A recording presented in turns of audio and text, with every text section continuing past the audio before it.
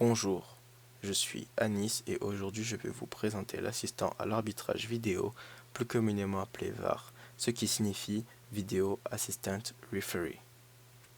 La VAR fait sa première apparition lors de la saison 2017-2018 dans la ligue australienne appelée A-League.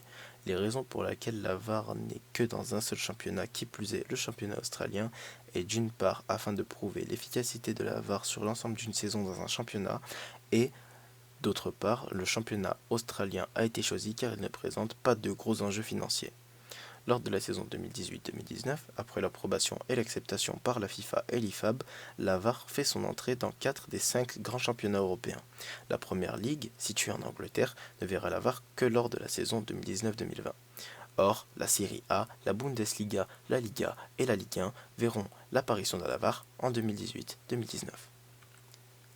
Les premières apparitions internationales de la VAR se feront lors de l'année 2017 à la Coupe des Confédérations, de l'année 2018 lors de la Coupe du Monde, de l'année 2019 lors de la Coupe du Monde féminine et de la Coupe d'Afrique des Nations. Après aussi avoir fait son apparition lors de la Ligue des Champions et de la Ligue Europa en février 2019 lors des phases éliminatoires. Mais comment fonctionne la VAR ? Des caméras sont posées tout autour du terrain et filment la moindre action dans chaque détail et sous chaque angle. Ces actions sont retransmises en vidéo dans une régie où d'autres arbitres officiels visionnent ces images en simultané. L'arbitre central, présent sur le terrain, peut contacter la VAR. Les arbitres présents dans la cabine où les images sont visionnées. Les arbitres présents dans la combine peuvent eux aussi alerter l'arbitre central. En cas de litige, l'arbitre central peut regarder des images dans un écran fixé aux abords du terrain, tel que ceci. La décision finale reviendra toujours à l'arbitre central. En aucun cas, les arbitres présents dans la régie ordonnent une sanction ou une annulation. Pourquoi utilise-t-on la VAR ? Les raisons d'utilisation de la VAR sont faites pour valider ou refuser un but, une faute, ou confirmer l'identité d'un joueur, pour une faute ou un carton. Ce sont des faits de jeu, qu'ils soient intentionnels ou pas.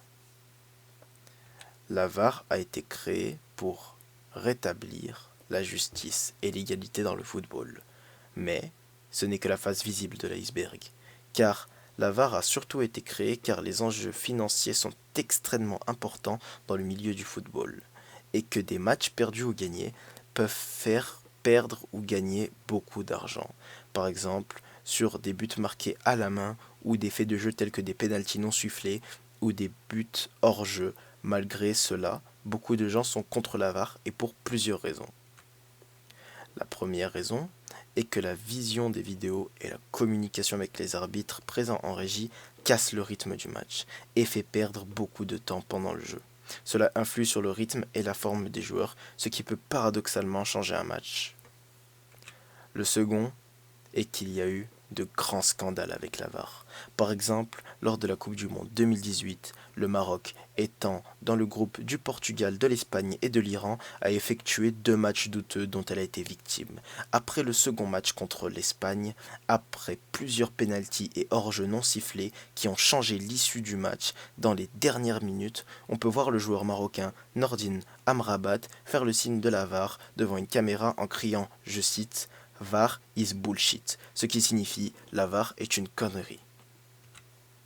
Autre scandale, très important, lors d'une finale de la Coupe d'Afrique des Nations opposant Wydad Casablanca, une équipe marocaine encore, et l'Espérance de Tunis, une équipe tunisienne, la VAR n'a pas fonctionné lors d'une action litigieuse et douteuse. Un but refusé pour le Wydad Casablanca. Les spectateurs explosent de haine lors de ce match sous tension et les joueurs refusent de continuer le match. Le match est arrêté pendant 1 heure et malgré les interventions du président de la Coupe d'Afrique des Nations, Hamad Hamad, le match est arrêté en déclarant l'Espérance de Tunis vainqueur, pour insécurité des joueurs.